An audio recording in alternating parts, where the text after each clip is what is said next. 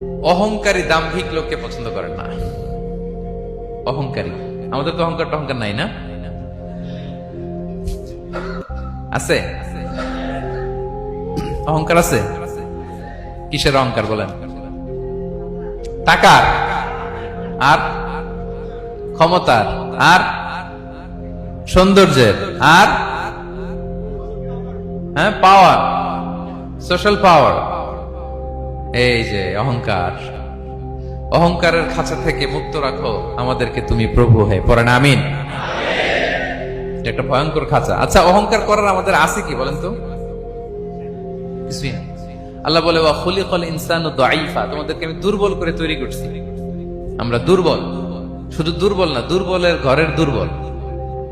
আমার বাপ ছিল দুর্বল, আমার দাদা ছিল দুর্বল, আমরা 14 গোষ্ঠী কি? হাল আতা আলাল ইনসানি হিনুম মিনাদ দাহরি লাম ইয়াকুন শাইআম মাযকুরা।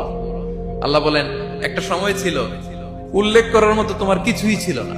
আজকে তো এত লম্বা চওড়া মানুষ, আমরা কিছুই ছিলাম না। আল্লাহ বলেন হাল আতা আলাল ইনসানি হিনুম মিনাদ দাহরি লাম ইয়াকুন শাইআম মাযকুরা। তুমি কিছু ছিলা, একটা সময় কিছুই ছিল না, উল্লেখ করার মতো তুমি কিছুই ছিল না। অস্তিত্বহীনের জগৎ থেকে তোমাকে আমি অস্তিত্ব আনলাম। তোমার বাবার পৃষ্ঠদেশ থেকে তোমার মায়ের গর্ভাশয়ে আমি তোমাকে ফেললাম। সেখানে আমি আল্লাহ তোমাকে একটু একটু করে তিলে তিলে বড় করলাম। 9 মাস 10 মাস পরে মায়ের পেট থেকে দুনিয়াতে তুমি আসলে। দেখেন তো দুনিয়ায় আসার পর আমাদের অবস্থাটা কি?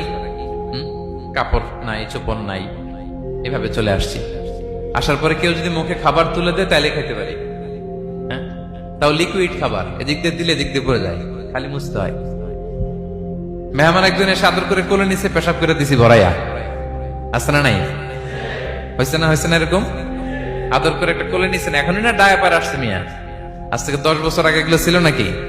প্যাম্পাস ডায়াপার ছিল, এই কাঁথা টাতা নিয়ে কোলে নেওয়া লাগতো, তারপরে দিছে ওদিক দিয়ে, জামা টামা ভিজে শেষ। ইভেন রাসূল সাল্লাল্লাহু আলাইহি ওয়াসাল্লামের কোলে এরকম বাচ্চারা পেশাব করে দিছে, এরকম হাদিস আছে। আদর করে মায়েরা বাবারা আসলেই তো তার বাচ্চাকে রাসূল সাল্লাল্লাহু আলাইহি ওয়াসাল্লাম কোলে দিতেন, পেশাব করে দিতেন।